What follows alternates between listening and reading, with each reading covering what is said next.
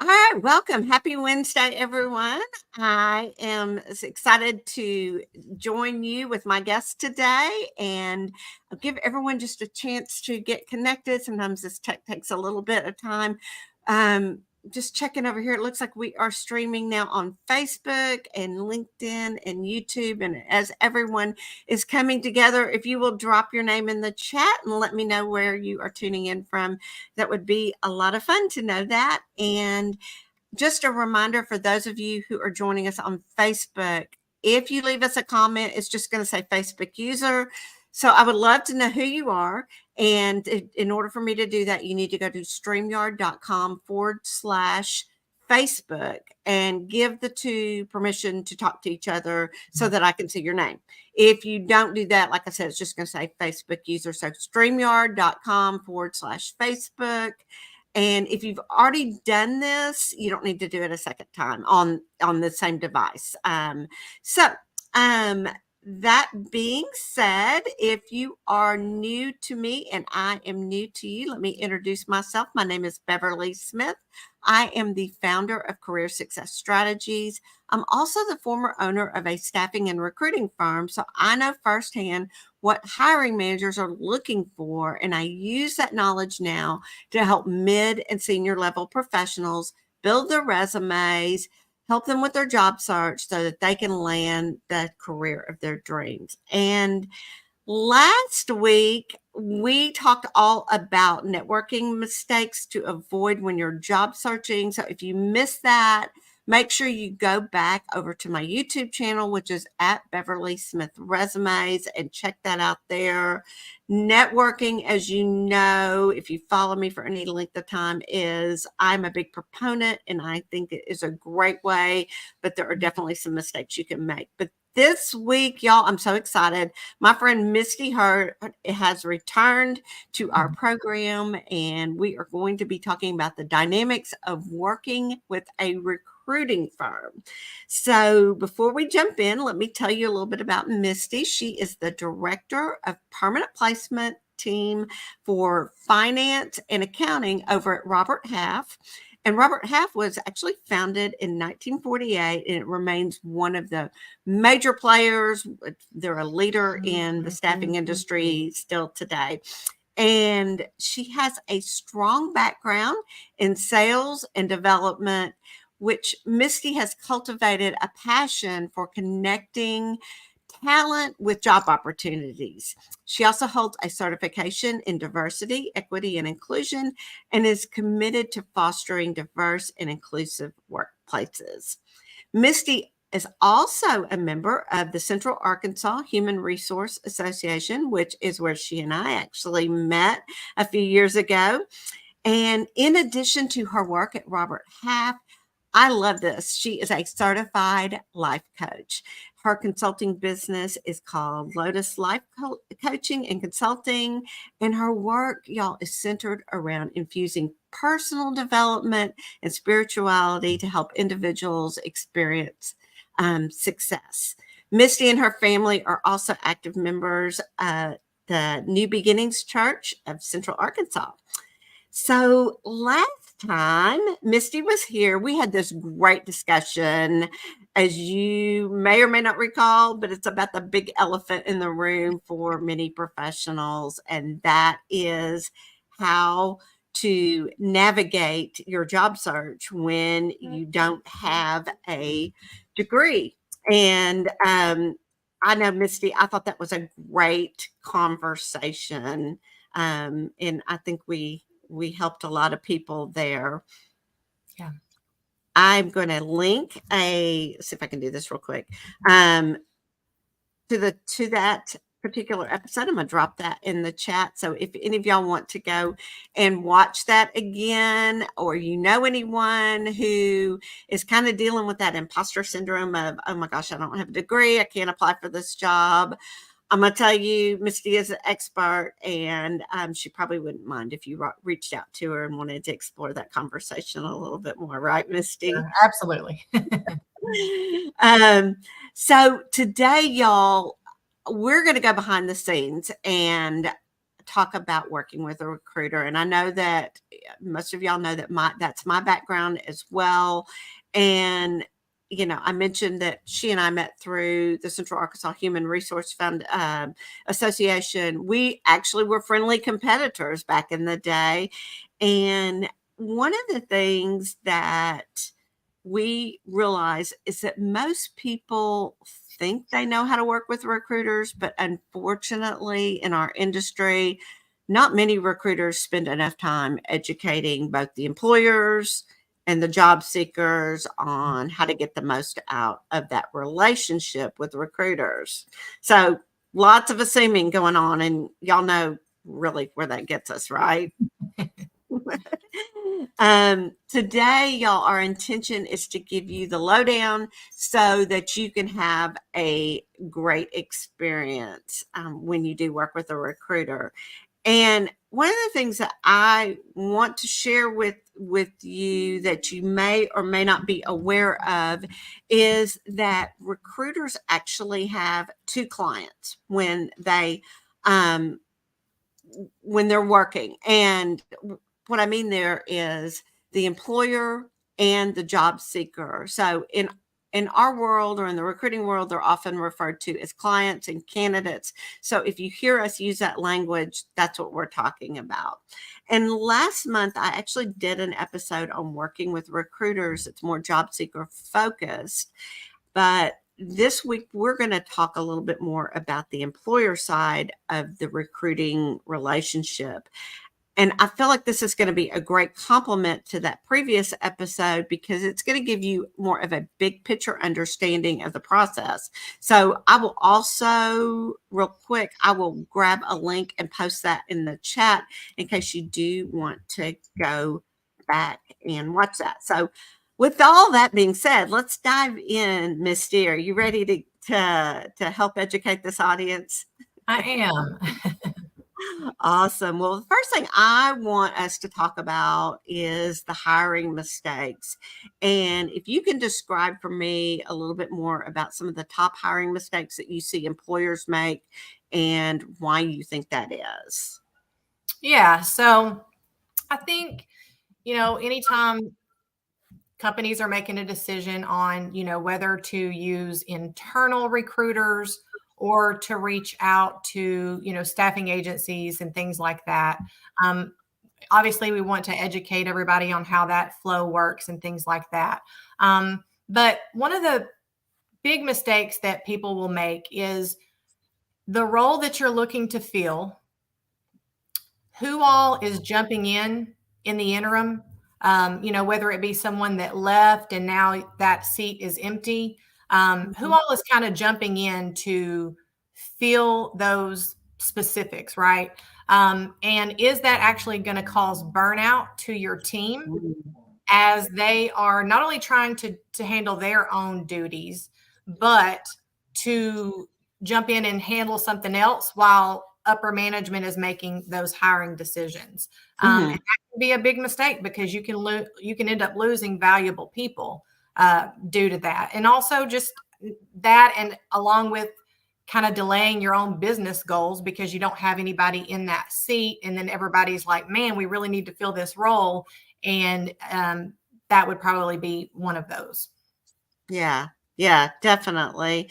There's just so much that goes into it, and it's just before you know it, it's easy to do if you're not careful.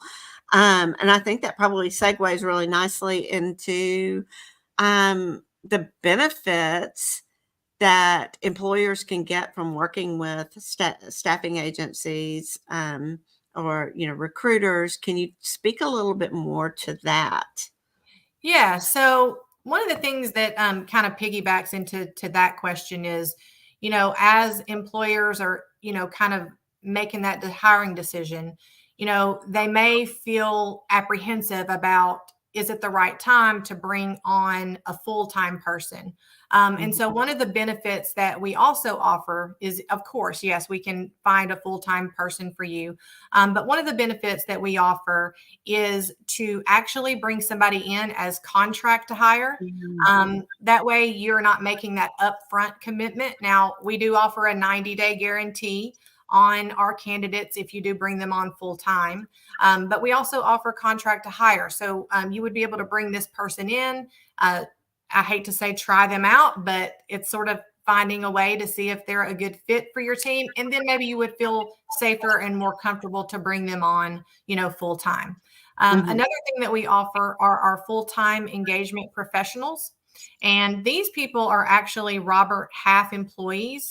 And they will come in and help out with special projects, or able to help in as an interim solution, as you are kind of have this seat empty and, kind of wanting to not fall too far behind as you are going to bring in a new person and not have so much on their plate once they get started. So that's one of the benefits.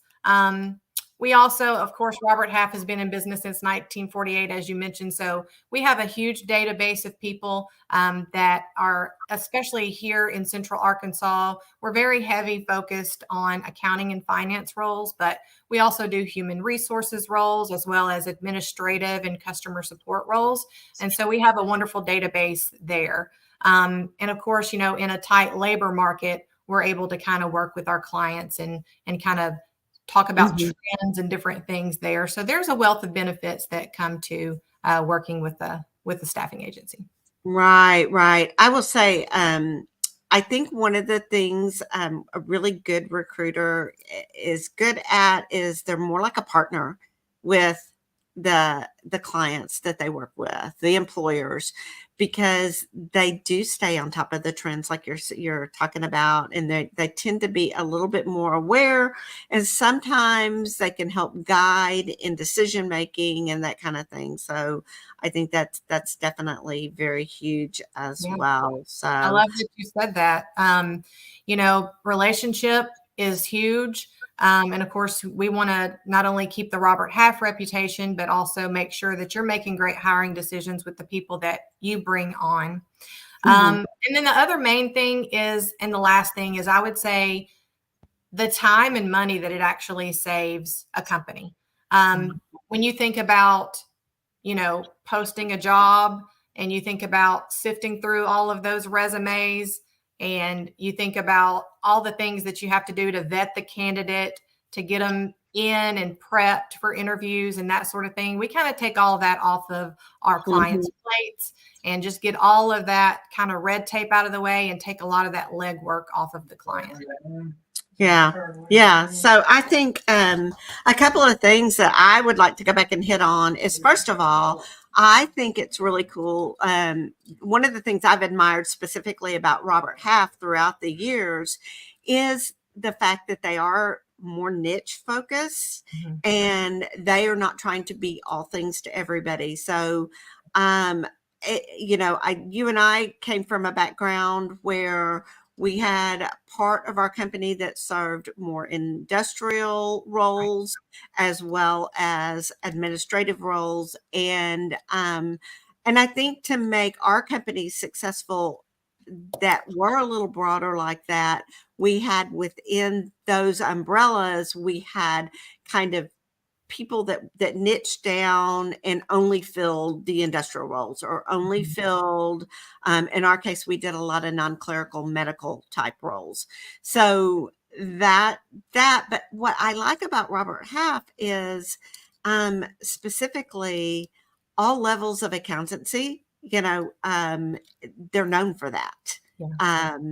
Hard to compete with because they are known for that.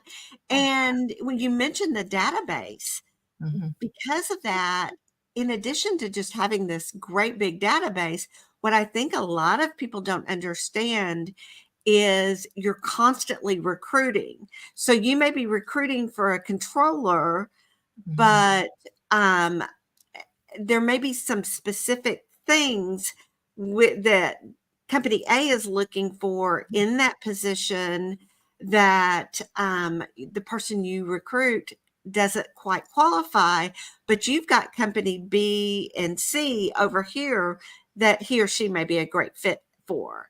Sure. And so that is one of the things that I think, as far as from an employer standpoint, in working with you and your team, is just something that's a great fit. Because as you know, when you start recruiting, you may get 100 people respond to you. Mhm. And our clients have a mild freak out over that. Yeah.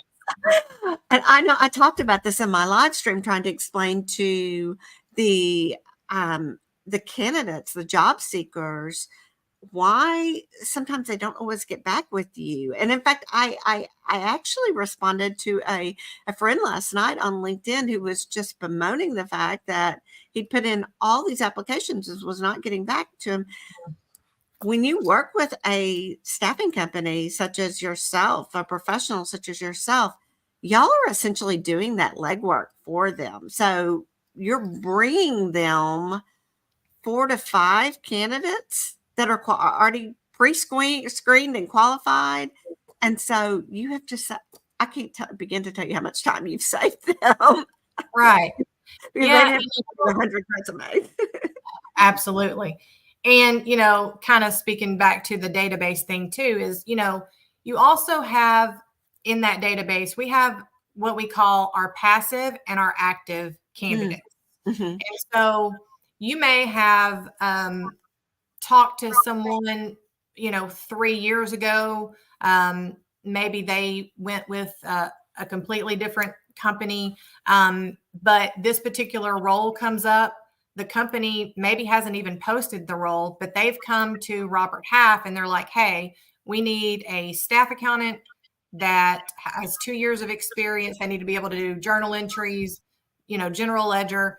And we're able to immediately go into our database. And even though this person hasn't applied to this job, this is another benefit of working with a recruiter. They may not even know about the job, but because we do and we have that relationship, I'm able to go in and reach out to that candidate and say, hey, are you looking? Because we have everything that, matches with your skills, and we'd love to match you with this employer. So that's another feature. Yeah, definitely. I think the statistic is something like 80% of all jobs are not even advertised.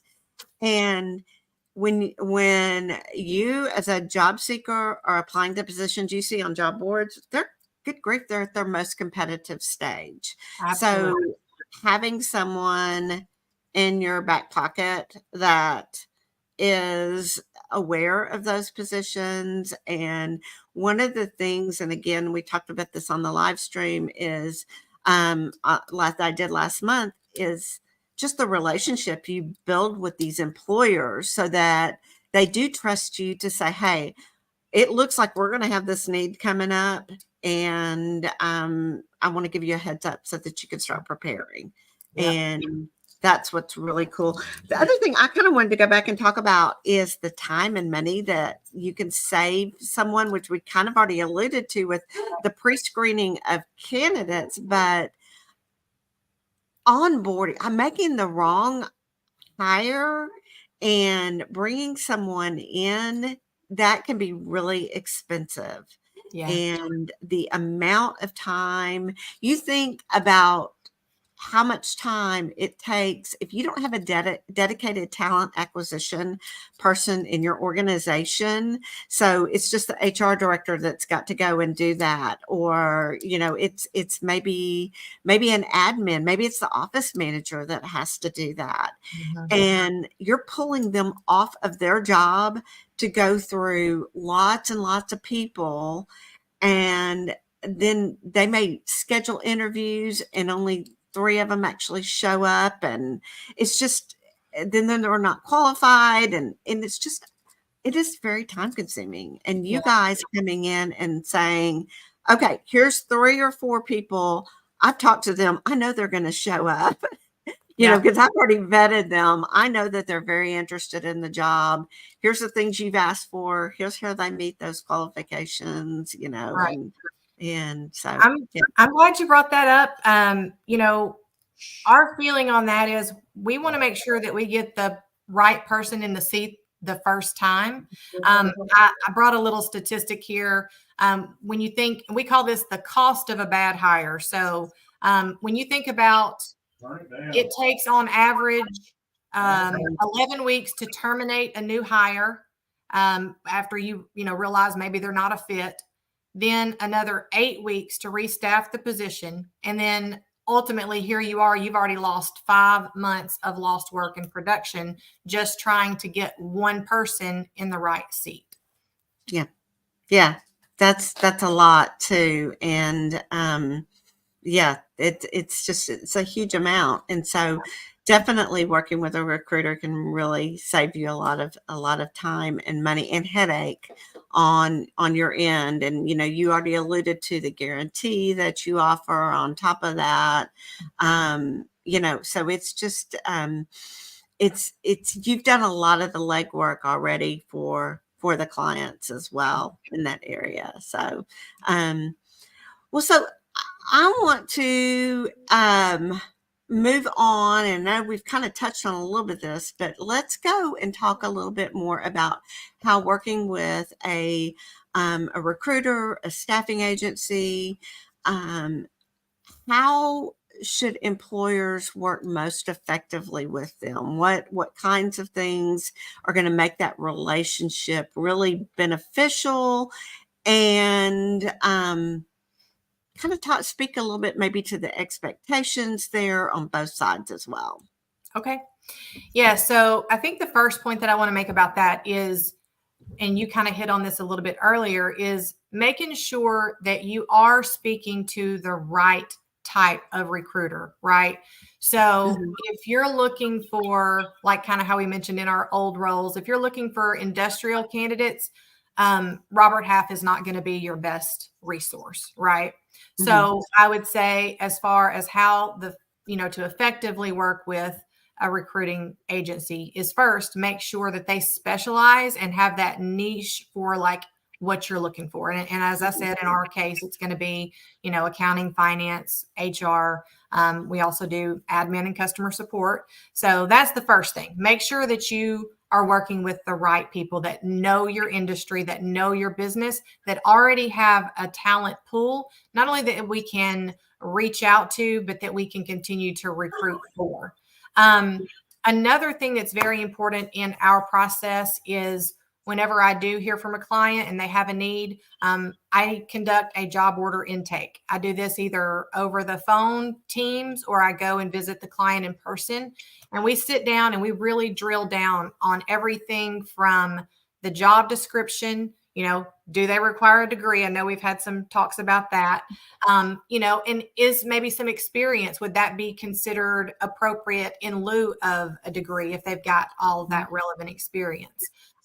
Finding out about the company culture, finding out about their benefits, finding out as much as I can about the client, and the client sharing that with me, because it's kind of like our job to go to the candidates and let them know as much information. So, and I know that hiring managers are incredibly busy, and it's hard for them to stop and want to take this 15 minutes, but it really, really is going to be beneficial to help us eliminate sending people that aren't maybe the right fit, because we have more information and we know that that's already, not something that you really want. And then other than that, we will start our search. We'll post the job opening. We will begin to vet, reach out to. We do check a minimum of 2 references. We also do background checks. So these are just a few more features. And then obviously, one of the big things is weighing the fee and versus cost and things like that. But after you kind of look at what it's actually costing you to, again, hire somebody that's not the right person, or, again, burnout from your other team members, we're actually going to be able to save you money by getting the right person in the right seat the first time. Absolutely. Absolutely. Something you said that I would like to kind of circle back around is that understanding what the company's culture is And also, getting all that stuff up front as Mhm. to exactly what it is they're looking for, so that um, you're not wasting their time sending over the wrong people, and you're not wasting the candidate's time. If this is not going to be a fit, if it's not going to be an environment that they're going to be happy in, I mean, nobody wins in those situations trying to make that fit.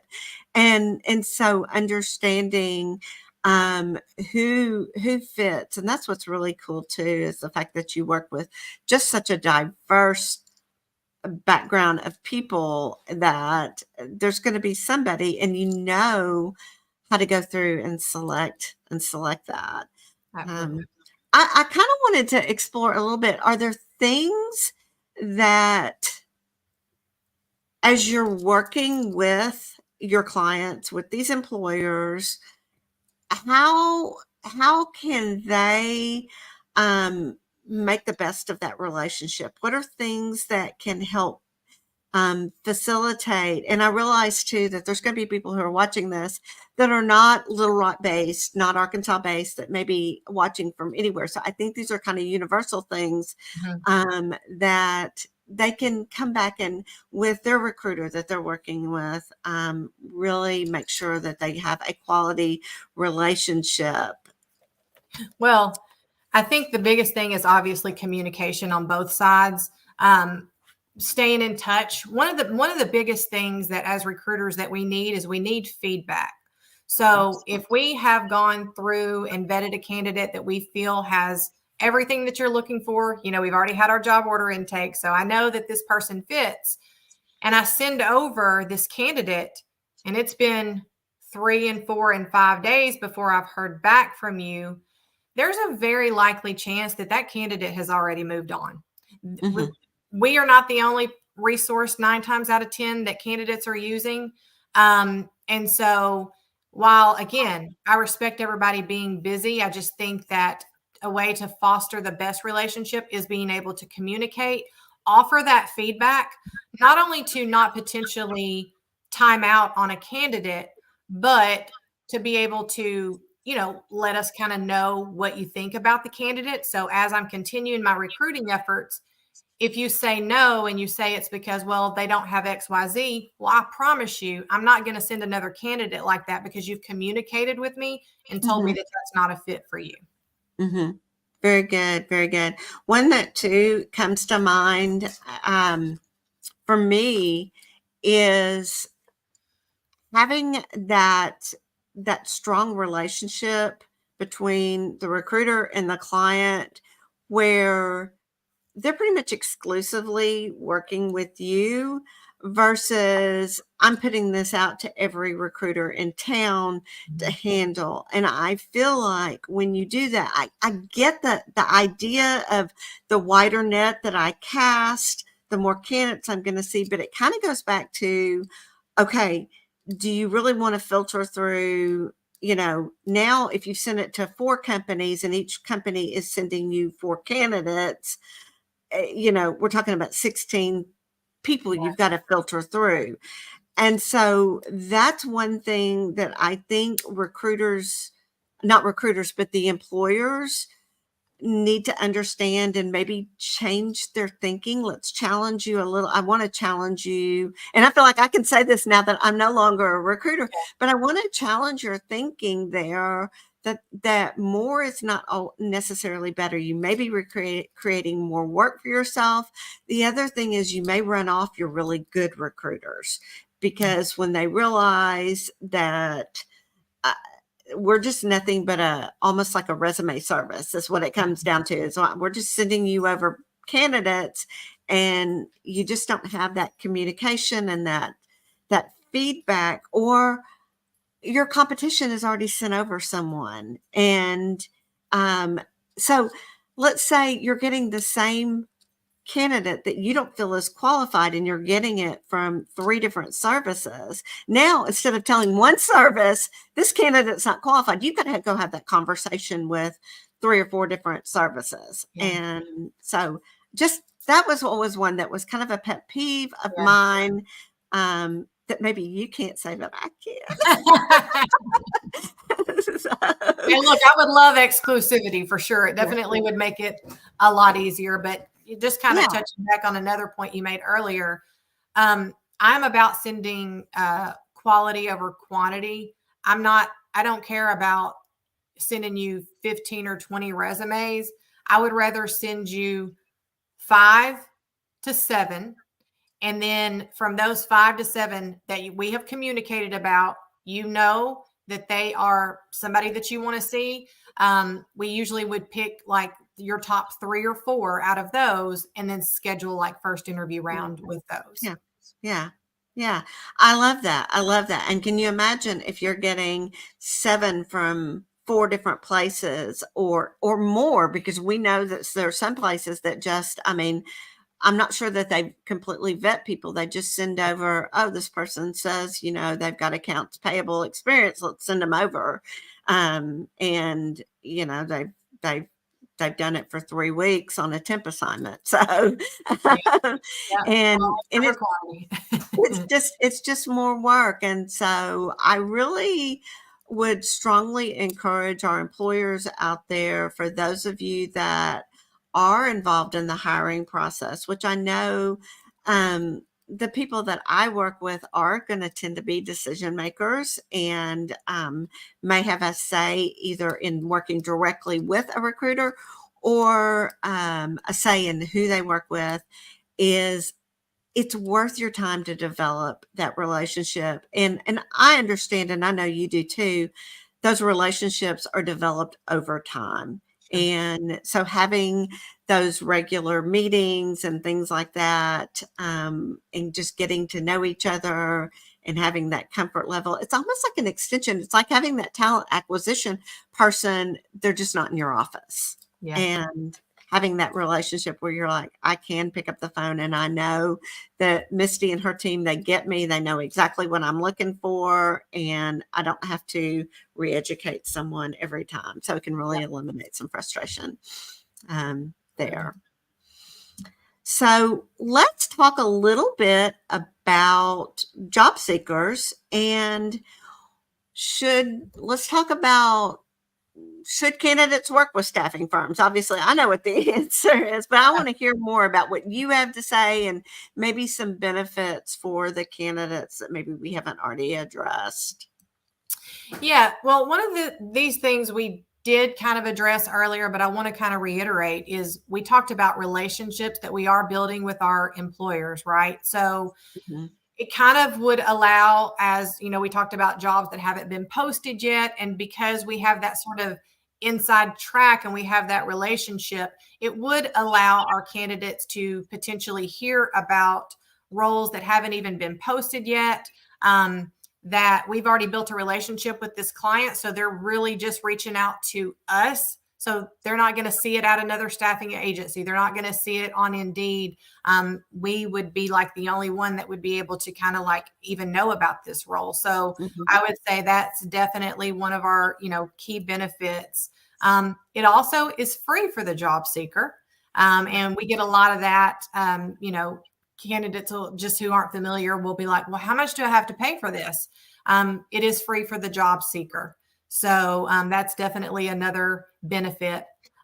We also offer, and Beverly, I know you are amazing at what you do with helping people create and their resumes and all the services that you offer. But we also do a resume review. So, if we've got somebody that I'm interviewing and I'm looking through and I'm noticing, there's a gap, or maybe they have missed something that they've shared in the interview. Hey, you need to put that on your resume, a skill that's super important. So we do offer, resume reviews. That's another thing that is part of that service. And then ultimately just sort of helping them navigate through the process, kind of keeping them informed and just letting them know about opportunities and helping them through the process. Absolutely, absolutely. And we touched on this about a month ago in the episode we did that was focused strictly on the job seekers. but the aspect of it being free to them. And I think anyone who is curious about the history of staffing, there was a time, and it was really the 80s and before, when it was truly an agency, and the true name of it, we were an agent of the job seeker, and they hired the staffing agency to go and find their jobs. And so as that changed and shifted in the late 80s and in the 90s, you saw a lot of staffing agencies move away from that name, and they called themselves staffing services, and really put an emphasis on that.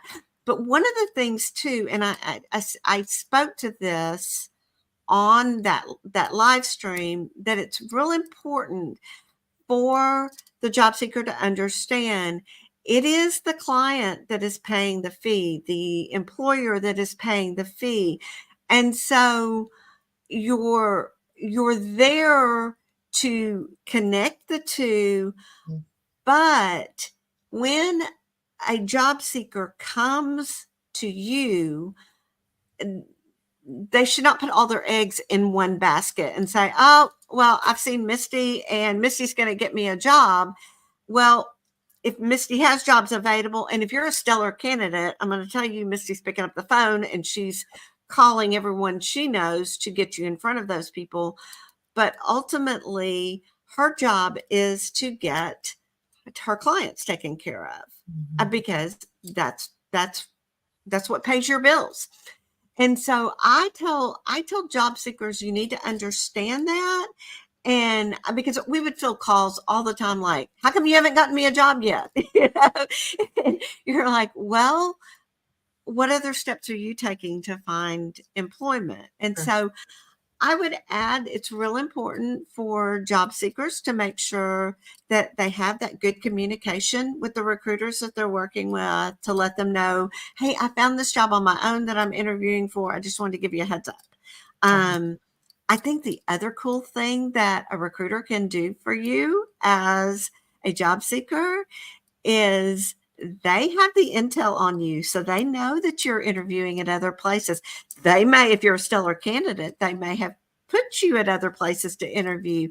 And so they can lean a little bit on the employers going, hey, Jane has an offer on the table. So if you think you want to offer Jane, you need to get with it. And if you don't, I'm going to let her know that you're moving on. But you just need to know that she's got one or two offers on the table. And so being able to facilitate that process and being able to facilitate the salary negotiation on your behalf, so you can lay it out on the table with the recruiter of exactly what it's going to take to get you in the door there, to say yes. And so they know that, and they can go and leverage that with the employer, which I think is very helpful. Yeah, great points. All right. Well, is there anything else that you want to add to this conversation? No, I mean, it's just been a privilege to get to come speak with you again.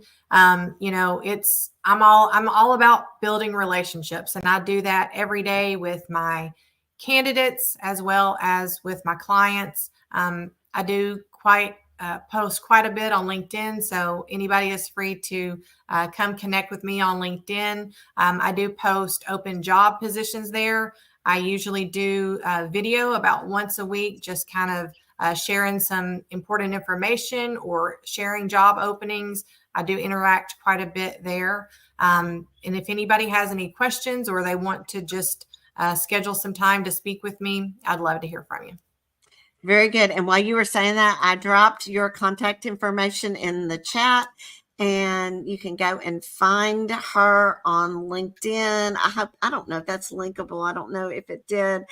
She is Misti Hurd on LinkedIn, and so she's easy to find there. And if you once you find her, make sure that there's a little bell in everyone's profile, and make sure you click that bell. That way you'll get notifications when she does post, because she said, she does post job openings on a regular. She does these weekly videos that are going to be very helpful for you as well. So make sure that you are connected there with her as well. And y'all, we've covered a whole lot today. I want to say that if you are catching this on the replay and you've got questions, make sure you use hashtag replay and tag me in the video. And that way I can, I'll get notified and I can come back and answer. Feel free to reach out to me or to Misty with additional questions that you have. And just as a reminder, I do work with mid to senior level professionals. So if you are ready to kick off your job search, want to have a complimentary consultation with me, you may do so. And I don't know, let me see if I can grab that link for you. I think I'm Miss Efficient today. I've got all my links handy and ready to go. There we go. I've got that in the chat, so feel free to do that. Guys, I will be back next week on Wednesday at 12:30. I have another special guest for you, and I look forward to seeing you next week on my next video.